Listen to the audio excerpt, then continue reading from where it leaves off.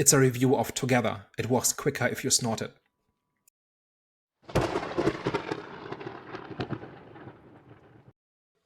Hello, everyone. Welcome back. We are back, the Eye of the Storm podcast. Well, today we're going to be discussing or debating Together. But before we get into that, you already know what time it is. Movie recommendation time. So, Mandem, what's the best recent thing that you have seen?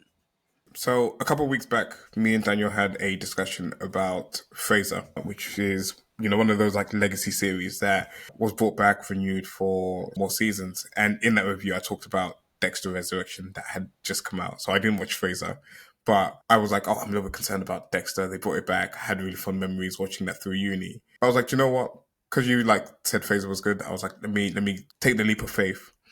And pleasantly surprised. Like, this is a very, very, very solid season of Dexter. Now, again, it's not anything amazing. It's not like the best story or like the most well acted thing, but it just brings back some of the feels of, I wouldn't say the early seasons of Dexter because I think they're still gold, but some of like the kind of like mid to like later seasons where it's not sort of firing on all cylinders, but it's still producing a very solid story and a very solid season that you're just like very happy to watch because it's like easy TV and it's like nothing too challenging, and you're getting like a real feel for the character again and like who he is and like why you fell in love with the show in the first place. There's a lot of callback to the earlier seasons, so you probably do need to watch Dexter or have an understanding of Dexter to sort of know what's going on because it does reference a lot of people and a lot of stuff from the old season. But it's great. It's great. If you have watched Dexter and you're questioning whether to jump into the new seasons, I would recommend it. I watched the first episode of the first season. It was cool, and I kind of like those type of films, but it was a bit too hard to watch the second episode of the second season. So I feel like I just kind of like a similar reaction to watching Breaking Bad. I'm nearly finished Breaking Bad, by the way, it's amazing. So I think I kind of need to just kind of like firm the first season of Dexter to kind of get into it fully. Are you talking about the like actual first seasons from the mid 2000s? The actual first season 1 of Dexter. Because I saw obviously the new season was coming out, and I was wondering what, like, I saw the synopsis was, this is my kind of stuff, my kind of film. So I wanted to watch it again. Started to watch it, but then obviously watched the first 2 episodes. Okay, yeah, it's going to be a hard watch. I can't lie. There are moments and bits which I like, but it's just, I don't know, just kind of similar feeling to Breaking Bad. I feel like it's a very slow paced type of thing. I mean, I was hooked from the start with Dexter, but yeah, I think some series it takes a little bit of time to get into it. Okay, so for me, I watched a film called Bloodline, which I would recommend everyone to go and watch. It's kind of similar to Dexter. It's like the film version of it. Pretty much this guy, I think he's a psychologist, I believe, and goes after the abusers of the children that talk to him during obviously his therapy sessions. And of course, his storyline is also affected by child abuse. That's where obviously his revenge killing, vigilante killings come from. Pretty basic, but this is kind of like my niche. I kind of like these type of storylines. So yeah, if you're also the same, I'd recommend that one. I'm pretty sure it gives a similar vibe to Dexter as well. But Dexter seems a bit more sinister. With Dexter, is he doing it for the right reasons? Yeah, he's a killer who kills killers, right? Yeah. So okay, he's got the right motives. I watched Waiting for the Barbarians, which is a 2019 alternative history movie, essentially. So the idea is essentially it's in a fictional world, and there's an empire that kind of resembles the French Empire, and it's kind of got an outpost in some kind of desert country that looks a little bit like North Africa. But like the context is completely fictional. The story follows kind of the governor of this outpost, who kind of exists on the edges of this empire, and he kind of runs the place in a fairly casual way where nothing ever really happens.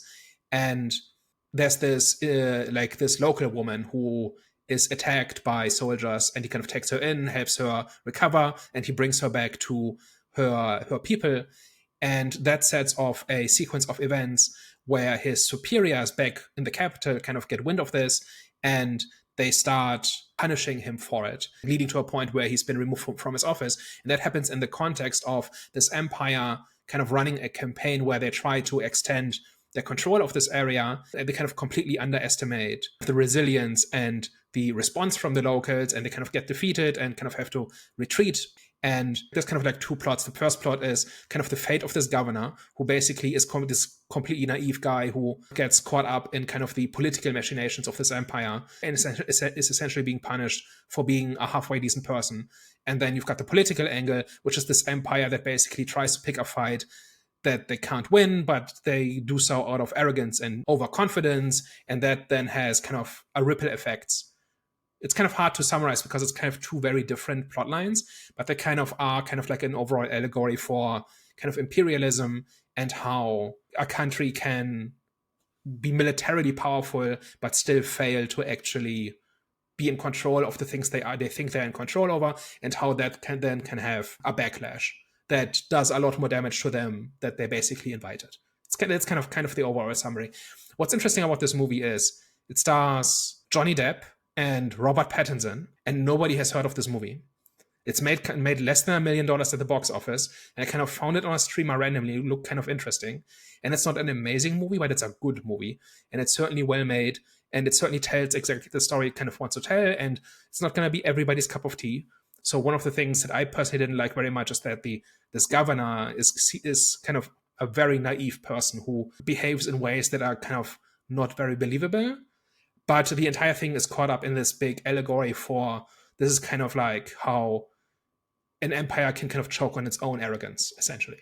And so it does what it does and does it pretty well, but it's also got some serious flaws, but it's also a lot better than its box office success would suggest. And for some reason, it came out with fairly big name actors and nobody cared. It is worth at least looking at if that sounds interesting to you. And that's why it's my recommendation of the week. Cool. I bet. I'm going to check out the trailer to that. Well, it's time for the main event. Together, Danny G, please give us one of your special synopsis. So Together is a 2025 body horror movie, which involves this mid-30s couple who kind of buy a house in a rural area. And their relationship is kind of in a rough spot. They've been together for a while. They've gotten used to each other. And they kind of have this anxiety about what if they're making a mistake, staying together, but they kind of move into this small town in the countryside anyway, and there they encounter a mysterious force that kind of begins supernaturally merging their bodies, right? Kind of against their will. And kind of that kind of plays out in contrast to their relationship issues and their emotional issues they have with each other. And kind of things unfold and escalate from there. So what did we think of Together? I will start off by saying it wasn't a bad film. I just had a okay experience with it. I wasn't angry at my experience, and I would like watch a film like this in cinema. So my experience with it was pretty cool. And apologies, I'm using generic terms to kind of like explain my reaction to this film.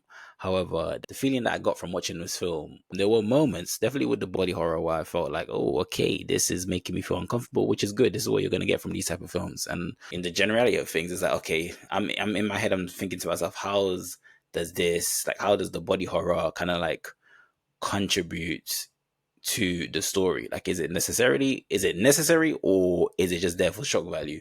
So I think that's kind of like the main question you're going to ask yourself when watching this film. With the main storyline, I do believe it was necessary. That was kind of like used as a vehicle to, convey obviously the themes of the film. So I do feel like it was necessary. I wouldn't say that it amounted to nothing, but it didn't feel as significant as I wanted it to feel when obviously the revelation of how the film resolved pretty much in the resolution of the film, and the kind of like the revelation of the mystery. But like I said, I felt like it lacked significance. We'll speak about it more, but overall my experience with this film was okay. I think I'm the same. I think I'm not mad that I watched it. I'm not mad at the movie. I think there's decent elements to it. I think, things like the relationship between the two main characters in this was pretty cool. That might be as far as like the things that I really liked about this movie. I don't think it was great horror. Like, I know the morphing or like the sort of creatures that they show in this are a little bit weird looking, but I don't think the horror was really that amazing or really anything that was out of the ordinary. The concept of the two people merging and morphing into one was interesting and was new, was unique, but I don't think it was that entertaining once we really kind of got into it and once we really understood what was happening. There's a few like dumb moments in this as well, and a few things that I kind of questioned how it works or like, why it works like that. I don't know. Overall, I just kind of feel like it was just like, a very okay movie that you're not going to be mad that you watched, but very forgettable. And, one that by the end of the year, I probably won't remember that I watched because it was just fine. It was just, yeah, okay. I think that's the best thing I can say. Like, I have no strong opinions about this movie. That's because I'm hoarding them, the strong opinions. Oh yeah, So, no, shoot. all right. So my thoughts on the movie are basically, I like a whole bunch of the pieces. There's several scenes in this, especially kind of as the merging of them progresses. There's some neat shots and there's some neat ideas. There's some genuinely creepy scenes in there that we can go into. So like moment to moment, I think there's some good stuff in here. I think the characters are extremely unlikable.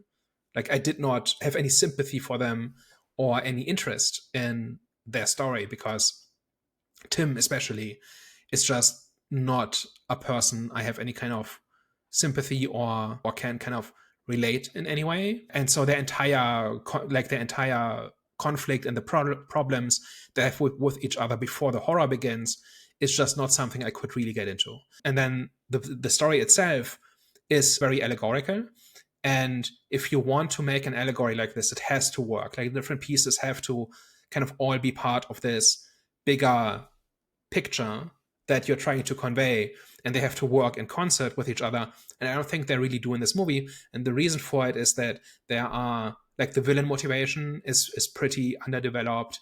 The logic of how the two sides, like the personal relationship and the supernatural body horror, how those two relate, I don't think sings at all.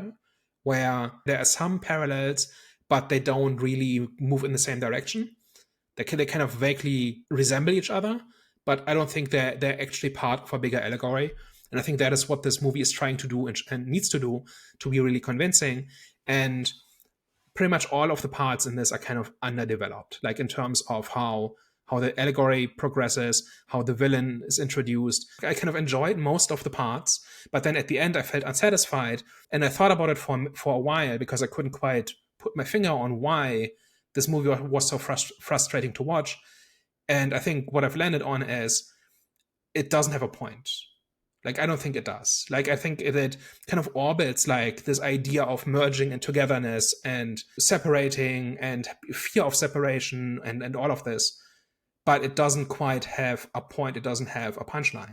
Like, ironically, the pieces should come together and merge into a bigger whole. And they don't, I don't think. So let's talk about it. So, body horror. The way that it was used to kind of like represent obviously the themes of the film, which is obviously codependency, unhealthy relationship, and obviously other themes the other themes of true love, what that looks like. Do you feel like the body horror that was used for this enhanced the story, or it was just, like I said, it was unnecessary, heavy-handed, and obvious? I'm having a hard time really summarizing this because there's like a whole bunch of different disparate pieces here, right? So, like obviously they have this relationship. They've been together for 10 years. They are not really happy. They're not really unhappy. They are afraid of getting married and like making it official or taking the step where they formally intend to spend the rest of their life together as one unit, right? And they're afraid of taking that step, but they're also afraid of separating because it's not like there's no passion there, but it's also not terrible, right? They're kind of tired of each other, but they don't hate each other, right? It's kind of the bottom line, right? And then you've got this magical force pushing them together. And then that's kind of a wake-up call where they're kind of shocked out of their like daily routine. And now they are at a point where they kind of physically can't be without each other, and it's perceived as a threat and as a danger. And then it's revealed that there is like a mystical energy that is doing this to them, and they kind of instinctively try to stop it, but they also don't want to separate, right? So it's kind of like this very muddled metaphor here, where I'm not sure it really comes together to actually say something, right? Like where it's like you kind of instinctively recognize that those two things are similar, right? The relationship stuff and the body horror stuff, they're kind of similar. They're about separation, togetherness. As this progresses, you see a lot of not necessarily shocking, but like memorable scenes, right? And all of these special effects and the curse kind of progresses like from one stage to the next, and it gets increasingly desperate and urgent and whatever. But I don't know that those two things really speak to each other, right? So that their attempts to stop the curse is not necessarily reflected in the attitude of their or how they perceive their relationship, for example. And I think where it was touched on a little bit, but not expanded on, was when Millie has come out of bed. I think she's like done the sleepwalking, and then they're like sat across the table, and he's trying to explain to her what he thinks is going on or what's happening or whatever. And she's kind of like doesn't believe him, flips him off, and then goes to leave. But then she like physically can't, because mentally or in his feelings, he doesn't want her to leave.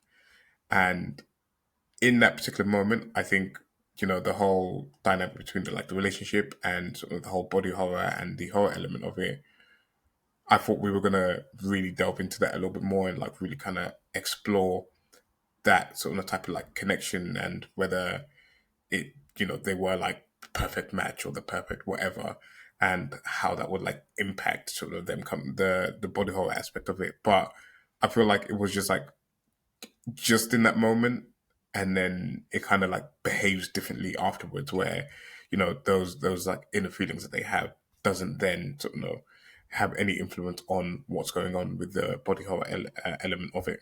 In the beginning of the movie, you know, like they're at this party, at this farewell party, and Millie proposes to Tim, right? He's kind of shocked and he doesn't have an answer, or he doesn't have an immediate response, and it's all very awkward.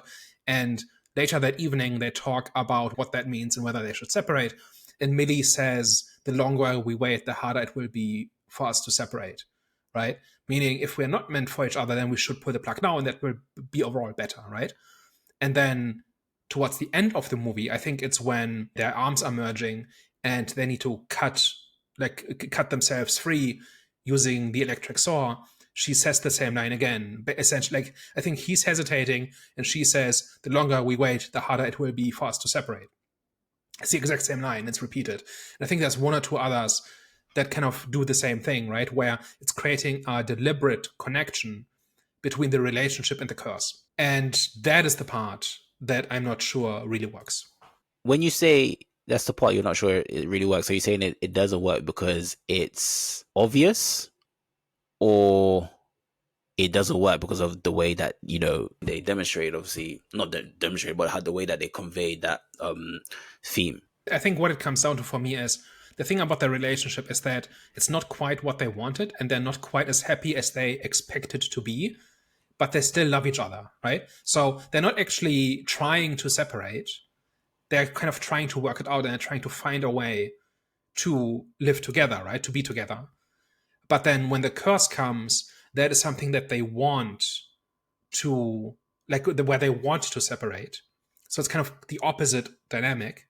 And the reason they merge in the end is Tim does it against Millie's will and consent, because she's bleeding out from an injury, and the only way to save her is for them to merge. That is why it happens, right? They don't change their mind about, oh, we actually should be together, we should actually be one. Like, he's doing this because it's the only way to save her. She will die without it, and he will have to live without her if he doesn't do this. And so giving into the curse is the lesser evil in that moment. And it's portrayed as a kind of a desperate last resort, right? It's not like they changed their mind, or this is actually not a curse, this is actually a blessing, and therefore we should just do it. Like, we've been fighting it instinctively because it feels like a curse, but actually it's a good thing, and we should do it after all, right? The story could have gone there, but I don't think it did. I think when they actually merge in the end, it's like, if you want to loop this back to the relationship, there's a bit like staying together so that one of them can keep the others a health insurance, right? Like, you believe you should separate, but for the sake of the other person, you're staying together, but you don't actually want to stay together. And that's kind of the metaphor that's going on here. And those two things seem to be, like, unless I just didn't get it, those two things seem to be kind of opposite. And the movie doesn't really play it as a tragedy, right? It plays it as it's kind of bittersweet.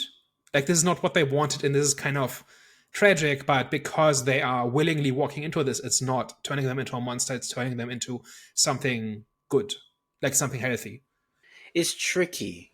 So the reason why it's tricky, kind of like to say if you're right or wrong, is because the way that I viewed the way that the curse operated, I thought, for example, especially with the end, the way that the end was, the way that the film ended, I thought to myself, okay, each of them kind of like have a void that needs to be filled, and then once it's filled, that's when kind of like the curse will turn into a blessing, which it did. Because for many people, obviously, we saw, well, not many people, we only saw two examples where that curse actually didn't really work for them. Obviously, we saw in the cave where obviously the couple was like, well, one was dead and the other one was still alive, but their merge was completely disfigured. And obviously, you saw the other guy, I forgot his name, but where kind of like Jamie, where so his the neighbor. yeah, so his partner merged into him really. So obviously that fusion didn't really saying work. Which is why I was a bit confused, because with with Tim and Millie, the way that the curse operated for them was kind of different for the way that the curse operated for the other cult members, because they willingly wanted to experience that true connection, but it didn't work for them. Whereas for Tim and Millie, they didn't. But still, the curse was pushing for them to unite. So that's why I was a bit confused by how the curse actually operates, which is why I'm a bit like, if you understand why I'm a bit kind of like, I can't really give a definitive answer regarding your question, because like, I don't really know how this curse kind of like operates. Like, what is its purpose? If that makes sense. I know that its purpose is true for that true connection. I know that, but at the same time, it's like what are the rules? Which kind of goes back to our point that I made about the void. At first, I thought the reason why the true curse worked for Tim and Millie is because their the void that they had within each other was filled. Because at first, I felt that Millie was kind of like not more into Tim, but they loved each other, but Millie was kind of like seeking Tim's love.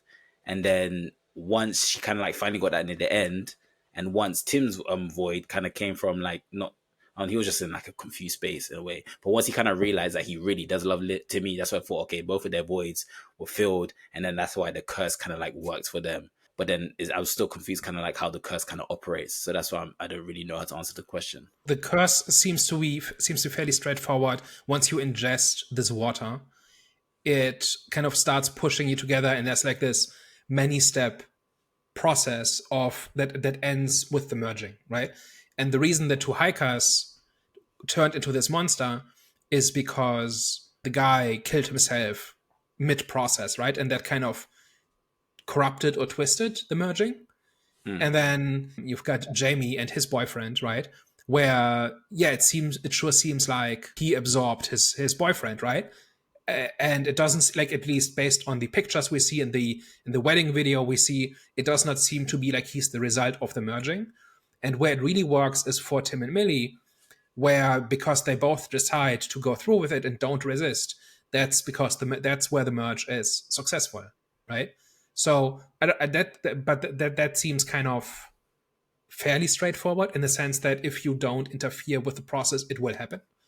But they did interfere with the process. I know that kind of like the curse is straightforward in that sense, but I meant in the sense of like, how does it operate if the others were willing? Okay, well, you now reveal that one of them ended up killing each other, but for the boyfriend, for example, them two, they were definitely willing. We obviously see in the video, you know what I'm saying, they were both willing, but then it still ended up being, the fusion just ended up being like a travesty. You know what I'm saying, it didn't work. Whereas for Tim and Millie, throughout the whole process and just throughout the whole journey, and they were fighting against that curse. Of course, they got to the point near the end where it's like, you know what, they gave, kind of like, not gave in, but they needed each other. You know what I'm saying? So that's kind of like when the kind of like curse kind of like triggered and activated, and I get why it ended up being successful for them. However, the way that it ended, like the revelation, obviously when the girlfriend went to the guy's house in the forest, that kind of, for me, that's why I got a bit confused. I said, okay, they're willingly going to kind of like giving themselves up to this curse in the cave or whatever, but it still didn't work for that couple. So Well, no, that's not what happens. Like they fight it, they try everything they can think of, and No, I'm not then referring to that. I'm referring to the other couple, the gay couple. okay, but we don't know anything about them. We don't know how it progressed, and because they were members of the cult, that suggests that they did this willingly. We saw what he looked like when, I don't know how the hell we ended up seeing what he looked like when Millie ended up punching him, but it looked like he looked disfigured. I don't remember that. Like he just seemed to be a regular person. But the scene, I'm sure he looked disfigured when obviously he stabbed, when he kind of like stabs a Millie in the arm, and then there was like a quick shot of his face, and it looked kind of disfigured. I'm sure. Maybe I was, I don't know. Maybe I was daydreaming, but I'm sure it looked disfigured. I don't know. I don't remember that. But the point is, they stop resisting in the final stages of the merging, and that is why it works, and that is why the transformation happens. So, but the thing is about the metaphor is, it doesn't, like, their relationship seems very one-sided. They're not two broken people who complete each other or who kind of are better together. Like, it's like Millie seems to have, like, her problem seems to be that the relationship with Tim is not what she expected, right? And Tim is the one who has all these problems, right? He has kind of he's got the baggage from his parents, right, when his father died, which kind of parallels what happens in the movie, and we can talk about that in a bit. And he's also the one who's completely dependent on her financially, the whole thing about the driver's license. So he's not carrying his weight, right? And he does not seem to really help out with anything that she needs. So I don't really see them kind of like two halves of the same thing coming together. It's like a larger piece and a very small piece kind of merging. You know what I mean? Like it does not seem to be a case of they both have their problems and they both are better with each other. And when they realize that, that's when the merge happens. I was gonna say how I probably see it a little bit is, it's not that in that present moment of the movie that they were perfect. It was more that they once were, and it was kind of both of them losing sight of that. And this is where I agree with. Like I think the endings are just a bit sudden, and there isn't really a strong punchline. But they kind of reminisce on some of the earlier days. Like they play like the Spice Girls like vinyl when they're merging. I think they talk about like how they were like wanting one thing, but actually this is why, like it was like how why it worked in the first instance and stuff like that. So I don't think it was like two kind of like broken pieces kind of coming together towards the end. I think it was just a case of despite everything that's happened, this is why it worked. It was like originally working or something like that, which again I don't think the movie does a really good job of like really executing that idea, for me anyways. It's a little bit muddled, right? But there are a whole bunch of pieces where Tim is the one who is attached to her, and he's more of a nuisance to her than anything else, right? So when like Jamie comes to visit and they have dinner, there are these frustrations coming out, right? Where I don't remember exactly what is said, but essentially it comes out that Millie is very frustrated with constantly having to kind of look after him and kind of help him out, and he's not contributing anything, to the point where he feels trapped because he needs essentially her permission to go anywhere because he can't be bothered to get a driver's license. That's one example. Then there's the whole thing about the train where they are not pulled towards each. Like when he decides to go on this gig and he's waiting for the train, and as Millie drives away, he experiences this pull, right? They're not pulled towards each other. He is pulled to her. Similar thing happens when he's in the shower and she goes off to, I don't remember where she goes, but she takes the car somewhere into town to get something. And he's in the shower and he is being pulled towards her. Like every time the car turns, he's thrown like from one side to the other in the shower. And I think that scene was kind of cool, like where there's this magical link between them and he doesn't understand it, and it's kind of just like he's kind of powerless to like there's a whole bunch of things about that scene that are kind of cool, but it's still him being attached to her as opposed to them being attached to each other. And I think that is like, there is a scene later on where Millie is pulled towards him, but it's much weaker and it's much shorter, and just by runtime, almost all of it, like I would say upwards of 90% of it, is him being pulled towards her because he needs her. But this is where like the movie doesn't really explain how the curse works, because from my understanding is that he was the only one that drank the water in the cave. We didn't see her drink it, and the only time that she's pulled to him is after she's gone to Jamie's place and he offers her a glass of water, which one can assume was the same water that Tim drank in the world, because like he's kind of ingrained in this like cult like religion or whatever like that. So because once she'd been there, once she drank, that's when she was being pulled towards him, and this is where there's like a disconnect between sort of the narrative that they're trying to tell about the relationship and this whole like horror element where it's not really bound together really well.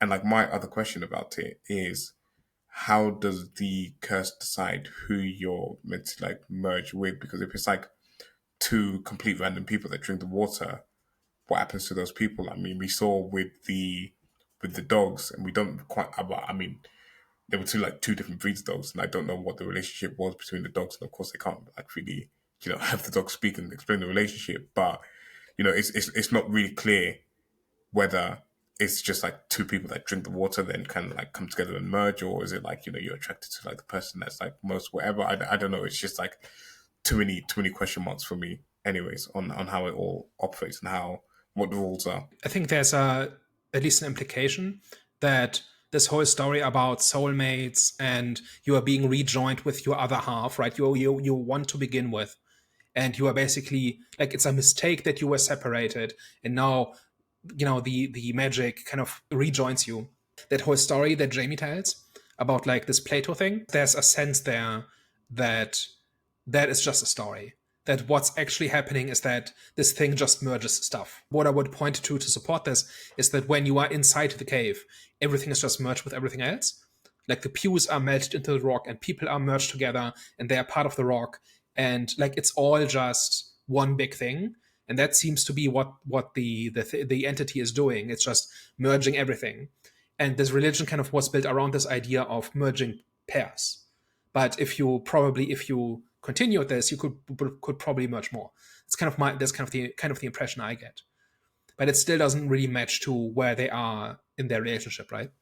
Another thing that doesn't work at all is everything about Jamie, right? So he, like in the 60s, there was this new age cult that sprang up around this spring, right? Whatever it is. And it seemed to be a fairly big thing in the town. Jamie seems to be the only survivor of that, right? And that is because there was some kind of storm or something that caused the church to be destroyed, but he is still around. So apparently he was the only one who survived this. And also these bells that are kind of the symbol of this religion are all over the place, and nobody else in town seems to know. It's already part of the problem of this movie is that there like nobody else in town exists. Right, there are exactly 3 people in the cast, essentially, right? I think the town feels very small and very artificial as a result, and that kind of ties into this idea that it's very coincidental that Jamie is a teacher at the same school, and he's the neighbor, and he's the last survivor of the cult. And I don't think it's entirely clear that Tim and Millie were set up, right? Because it's not like Jamie sends them on this trail, right? Like Millie asks about hiking and says, "Hey, we saw this trail," and Jamie says, "Yeah, it's nice. Go hike it," right? But I don't think he pushes them towards this specific trail in order to get them to the spring, right? So it's all very coincidental, and Jamie's motives are very fuzzy because he seems to want them to merge, but he doesn't seemingly do anything to make that happen, and he doesn't seem to do anything while it's happening in the sense of nudging them along or encouraging them to do it or anything like this, right? And then when Millie goes to his house, the exposition video is just running that shows kind of this wedding ceremony from 60 years ago, and he has this big speech about cosmic order and greater good and all of that. That's kind of where it stops. So that was the other thing, like why spend so much time on this character when he doesn't do anything really, like to really push the plot forward and really play an active role in what happens to Tim and Millie. Because at least as far as I remember, Everything that happens to Tim and Millie is kind of an accident, right? Even in hindsight, I don't really see any clues that they were set up or that it's a trap or like Jamie is trying to revive the cult or is trying to get people to, like, even with the other couple, I don't recall any clues that that was Jamie's doing. It just sometimes people hike in this area, and it's coincidence that this other couple did this fairly recently, but there doesn't seem to be a plan, right? There doesn't seem to be any agency behind it. It seems to be entirely an accident. But if it's an accident, why spend so much time on Jamie's backstory? Like, what exactly is the fact that he is the survivor of this cult that did this on purpose? What is happening to Tim and Millie by accident? Like, you know what I mean? Like, none of it really fits together. There are a whole bunch of pieces here that could be something, but it feels like they're not joined up.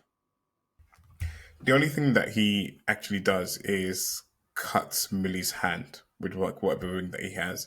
And again, it's not really clear what the significance of needing to cut like the wrist or like slash the wrist, because they do it in the wedding video.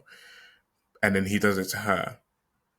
But we don't know what the significance of it is because, you know, the cosmic power or like whatever the entity is already trying to force them to merge, and you've already seen like their hands kind of go together. So for me, it just seemed like a convenient plot device to finally get them to merge by the end of the movie by having her have this injury that needed to be treated. But again, it's like there is no like real significance to the story or to the plot or like, you know, the narrative as to why they needed to have the wrist lit as opposed to just it happens to Jamie and his partner however many years ago and then he just does it to her.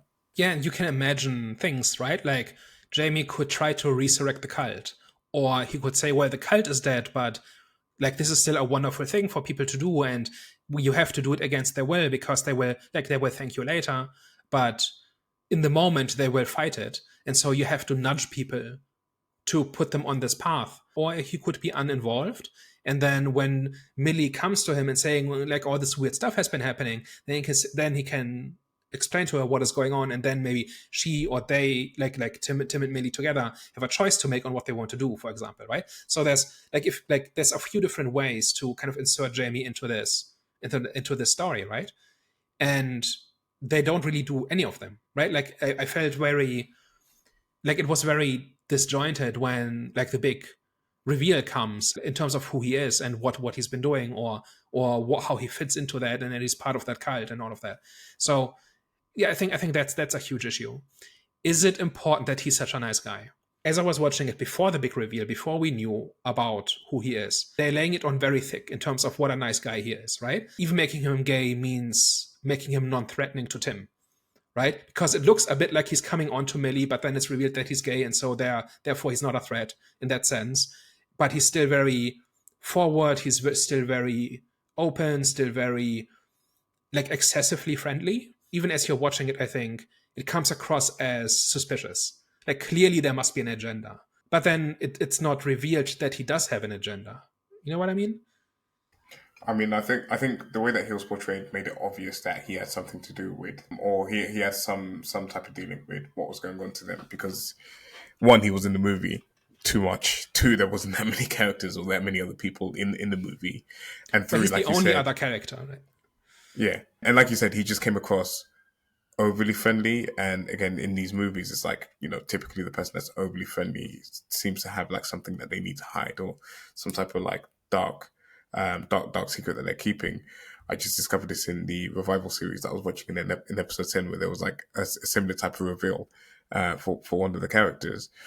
Him being overly nice does contribute to the cult-like kind of like element of it, because you can almost kind of like interpret the ending of the movie where, you know, Tim and Millie have finally merged, and then I can't remember whose parents it is come over, and you almost get like that element of they're going to do it to their parents as well and kind of get them to merge, even though the movie doesn't really show what the cult members are meant to be doing to like get them to merge. But it kind of gave off that vibe of kind of cult-like, trying to like welcome people in, trying to like keep people comfortable, trying to like win people over essentially by his niceness. for me, I think it was necessary in a better told story. The new person, right? The merged Tim and Millie certainly seems very non-threatening, very nice, very normal, right? And we see them for like 1 second, so there's not much to go on, right? And it's entirely possible. Like I think the one big clue is that they have the bell on their door, so it does seem like the merged person is then part of this cult, right? To the extent that it still exists. You mentioned cults, right? And cults do something called love bombing, which is when you first join a group like this, you are met with excessive niceness, and people validate you, and they're happy to see you there, and everything you do is awesome, and they shower you with attention and acceptance and approval. And over time, that becomes more conditional, right? Like over time, you learn, or you make the experience that more and more is being asked of you in order to maintain this level of acceptance, right? And then before you know it, you are fully embedded kind of in the power structure of the group. And that is not something that happens here, right? I think that comes back to Jamie doesn't do anything at all. The thing you said about how when he hands her water, that could be infected water, I think that's likely, although I didn't see a clue there. Just the timing works out, right? That after that, Millie starts experiencing the pull towards Tim as well, right? But that's kind of it. Like there's nothing else he kind of asks of them, or where there's like a sinister side to his niceness in that way. Maybe you can kind of look at the, I wouldn't say like intrusiveness of the conversation that they were having, when again they were kind of like going back and forth over the dinner scene, and I can't quite remember what he said, but he was kind of almost like being like a peacemaker in that situation, or like trying to like highlight the positives essentially. But he certainly tries to de-escalate, right? But that is still within the realm of, hey, you're at these people's dinner table, and they're kind of fighting kind of while you have to watch. And I think anybody would try to say something de-escalating at that point, right? It feels like there's something missing. It feels like they had an idea for these cool scenes, right? Like one scene that was really creepy is when Tim is downstairs. I think he's at the laptop, right? And then Millie kind of comes up to the glass door, and you can kind of see her shadow, and she's kind of sleepwalking against the glass door. That's a pretty creepy scene. When she wakes up and he's eating her hair, that's really creepy. There's also like the saw scene where they have to kind of cut themselves loose as they're merging at the arm. There are just a whole bunch of scenes. But I have this feeling that they had the idea for the scene first, and then kind of tried to write a story around it, and that part didn't quite get there because it ends up not, like the pieces end up not coming together. I think the biggest one is the one where he's eating her hair, because that one just kind of doesn't, again, like how we see the curse work, it just kind of doesn't make sense why he'd be like doing that. I don't know. Yeah. I don't know. Yeah. It just kind of doesn't make sense. I don't know. There's a lot in this movie. I think as we're just having this discussion, that it's just like, just kind of doesn't make sense. Just way too many coincidences. Like, the whole falling into a cave and drinking random water in a cave that you found, just kind of like stuff like that just doesn't make sense, and just isn't what people would do. Just kind of trust water in this kind of like world that you're in, or whatever. I don't know. I don't know, man. I think the movie, I think the movie just relies on too many coincidences. I think, had some ideas as to what it wanted to do, but didn't piece the narrative really well around it. And then it just kind of like makes a movie where, like, again, this is why I say I don't feel too strongly about this movie, because it's like you said, like, for the most part, like, a lot of these pieces are fine, but it never reaches a high point for me at any point. It never really like does anything extremely well, or like goes anywhere where I'm like, super interested, or it's like, oh, like, there's a big reveal. And again, I don't know. How do we feel about the entity, or like the sort of evil whatever winning in the end? I mean, it's not super uncommon, because like there are like, Final Destination earlier this year where our protagonist did die in the end, and the entity did win. But I mean, in this movie, did that work for you? Or like, because for me, like Jonathan said earlier, it just kind of felt anticlimactic. Probably the biggest thing that I was like maybe most disappointed with as well was the fact that Tim and Millie didn't work together to try and understand what the thing was, and that could have like fed into the relationship and like their dynamics and how they work together and this, that, and the other. But it was more so just him trying and her just kind of like rejecting sort of like the idea and just like kind of being fed up with him or whatever. But I just kind of felt like that would have been a little bit more interesting to watch, and I felt like that would have been a better movie for me.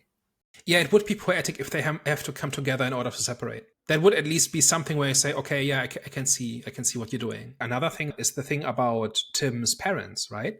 Where his father committed suicide and his mother could not bring herself to accept it. And so she lived with the corpse for days, to the point where the house smelled of decomposing body.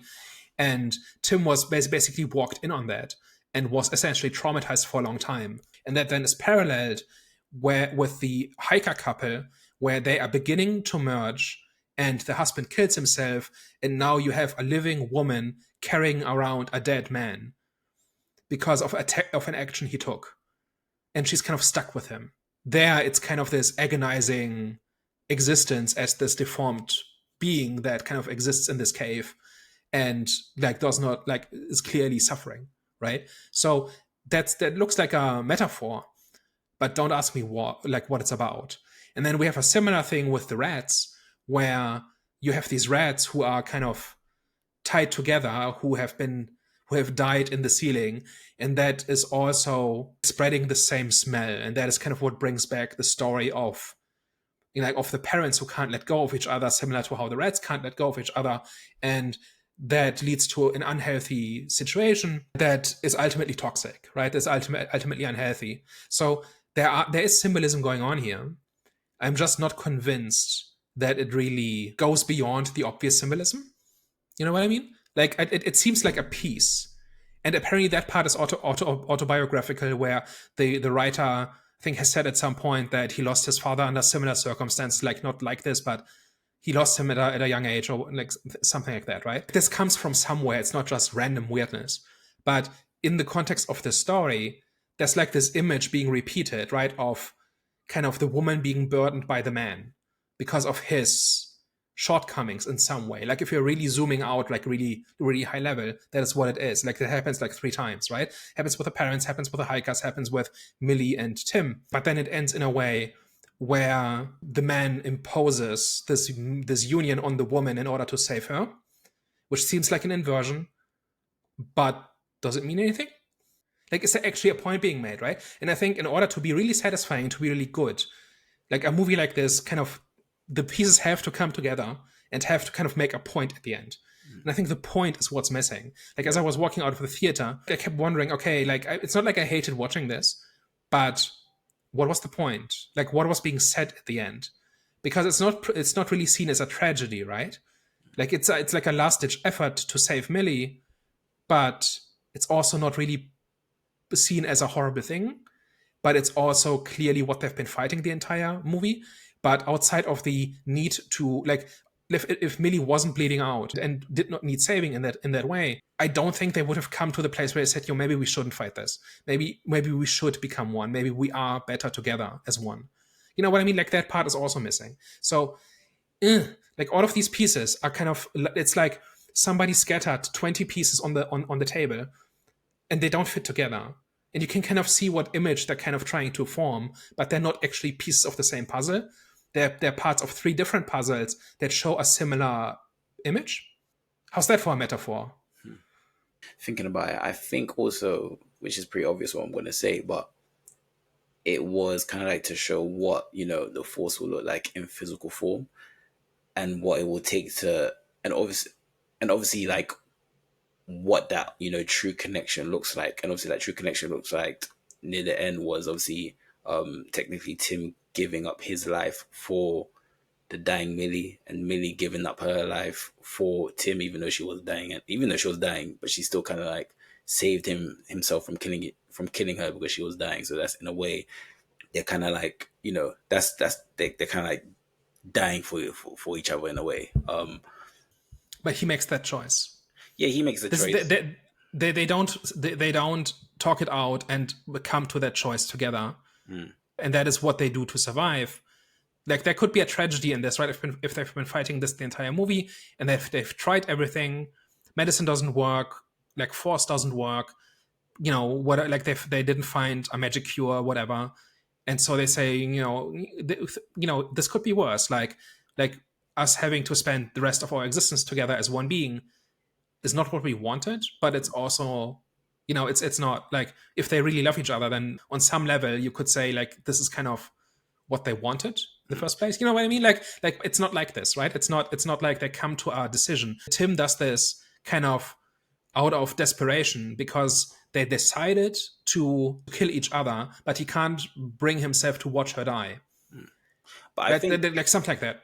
That was intentional, because obviously the movie was mainly revolved around Tim and how kind of like that force affected him early on in comparison to obviously his partner.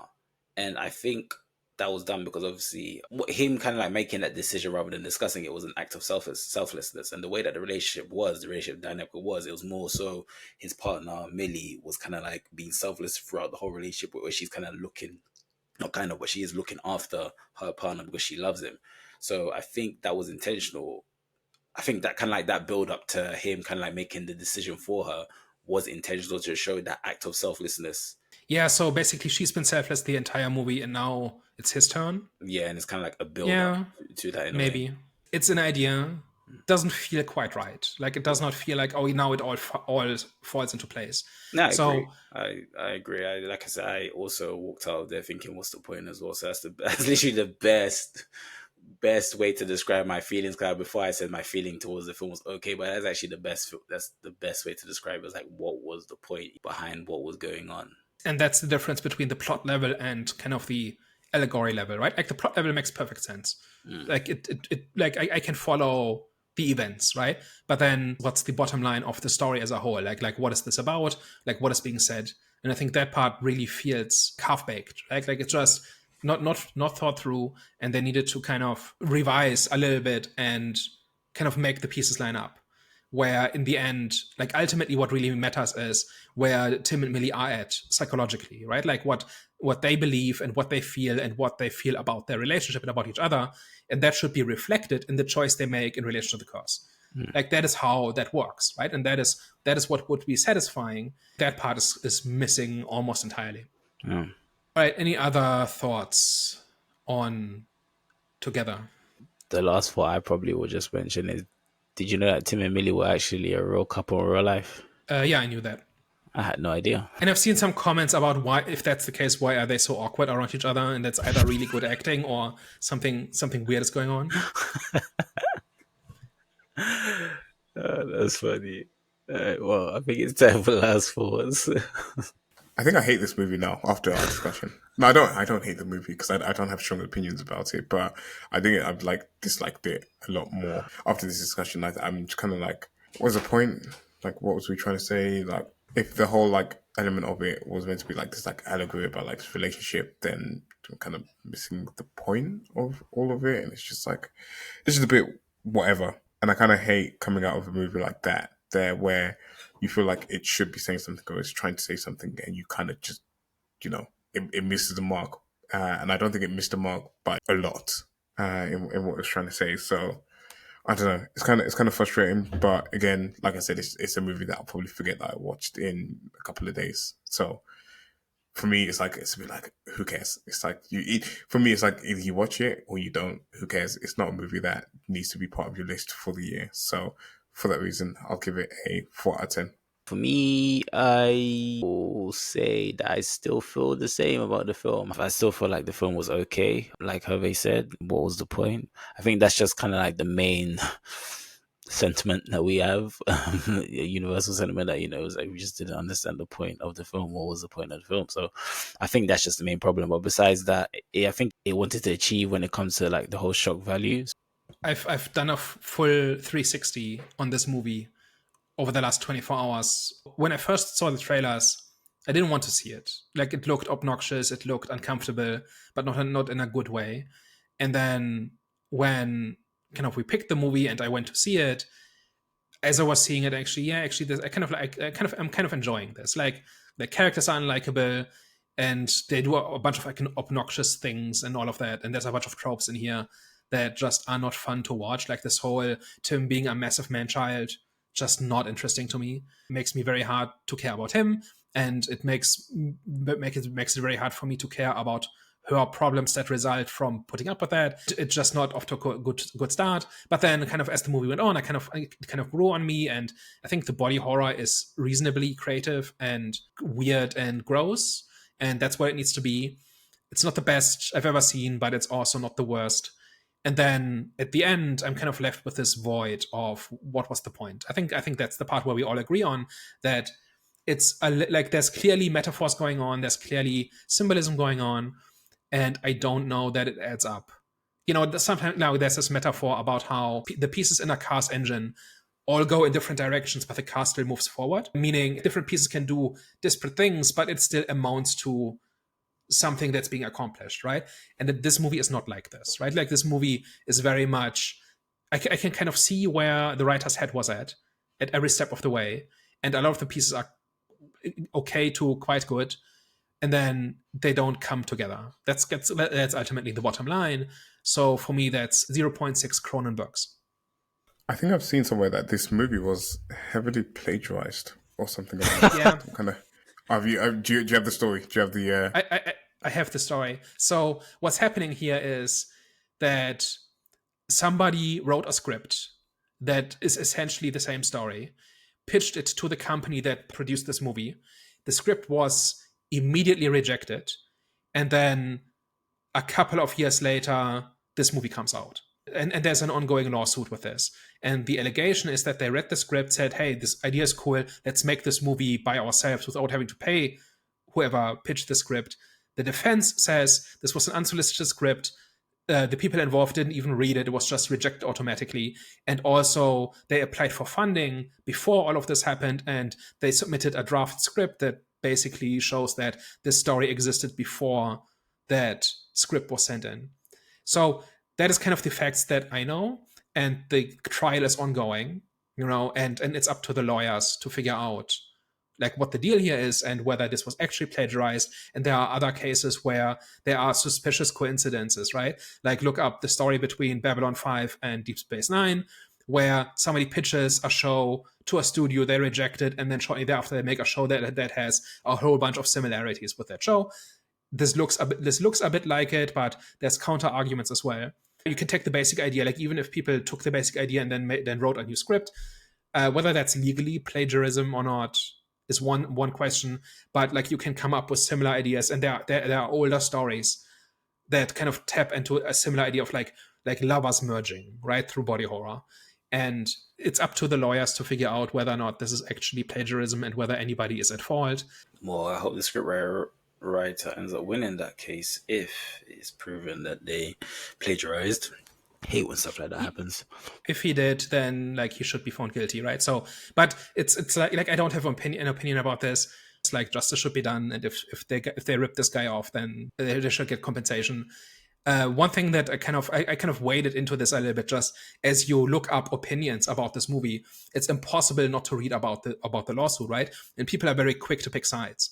And in general, people need to kind of get it into their heads that these people who make these movies are not our friends. We don't need to pick a side. There's not like a couple that gets divorced and you can stay friends with one of them. You know what I mean? Like, it's not personal. You can just let them figure it out, and they made a movie, and you can like the movie or not. But there's no need to pick a side, and there's no need to get invested in a theory of what happened.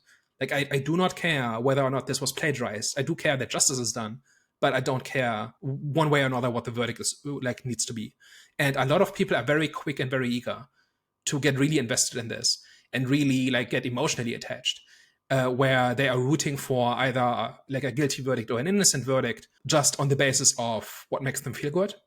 And that, I think, is a mistake. These are like, this is like a business dispute, right? This is not important exactly. Like, it's important that the trial comes to a fair and accurate ruling, but it's not important that a guilty verdict is reached or an innocent verdict is reached, right?